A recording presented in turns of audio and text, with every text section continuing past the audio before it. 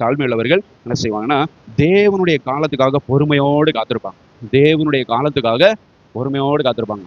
அவர் செய்கிறவரை சோமனிட்டே இருப்பாங்க. ஆண்டவருடைய சமூகத்துல காத்திருப்பாங்க. அவர் இறங்கி வந்து செய்கிறவரை அவங்க வந்து வெயிட் பண்ணிட்டாங்க. they will wait upon the Lord for his time to come. ஹல்லேலூயா. அவருடைய நேரம் வருவதற்காக, என்னுடைய வேலை இன்னும் வரவில்லை அப்படின்னு இயேசு கிறிஸ்து சொல்றார். அவருடைய வேலை வருகிற வரை என்ன பண்ணுவாங்க, ஆசீர்வாதத்திற்காக எல்லா நம்மளுக்கு கிடைக்கிற நன்மைகள் இது எல்லாத்துக்காகவும் வந்து என்ன பண்ணுவாங்க, வெயிட் பண்ணிட்டே இருப்பாங்க. ஜாபுக்காக எல்லாத்துக்காகவும் வெயிட் பண்ணுவாங்க. ஆண்டவுடைய டைம் வரட்டும், ஆண்டவுடைய வேலையில எல்லாமே சரியா நடக்கும் அப்படின்னு சொல்லி வெயிட் பண்ணிட்டே இருப்பாங்க. சங்கீதம் 37:7 பாருங்க. சங்கீதம் 37:7 செய்கிற மனுஷங்க எரிச்சல் ஆகும். சில பேருக்கு காரியங்கள்லாம் உடனே சித்தி ஆகும்.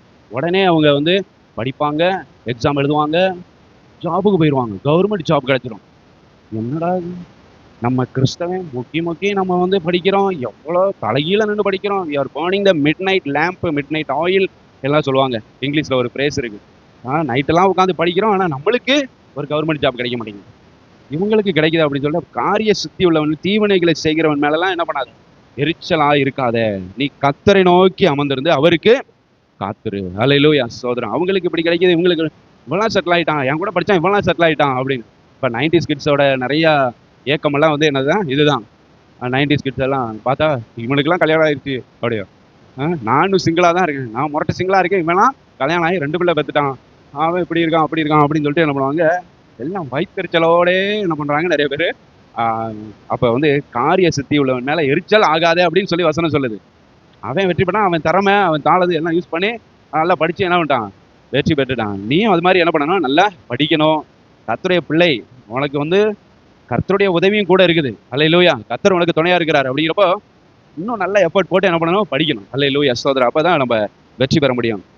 கர்த்தரை நோக்கி அமர்ந்து காத்துரு அப்படின்னு சொல்லப்பட்டிருக்கு. தாழ்மை உள்ளவர்கள் அப்படி இருப்பாங்க. அவங்க மேலலாம் எரிச்சல் அடைய மாட்டாங்க. மற்றவங்க நல்லா இருந்தா நல்லா இருக்கட்டும் அப்படின்னு தான் நடப்பாங்க தாழ்மை உள்ளவர்கள்.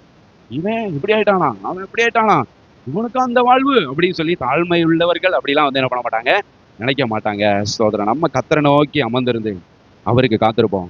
நமக்கும் ஒரு நேரம் வரும். அல்லேலூயா. எல்லாத்துக்கும் ஒரு நேரம் இருக்கு அப்படின்னு சொல்லி கர்த்தர் சொல்றார். இந்த வேலைக்காக என்ன பண்ணணும், வெயிட் பண்ணணும். எல்லாத்துக்கும் ஒரு வேலை ஆண்டவர் வைத்திருப்பான். அந்த ஏற்ற வேலையில எல்லாமே ஆண்டவர் செய்வார்.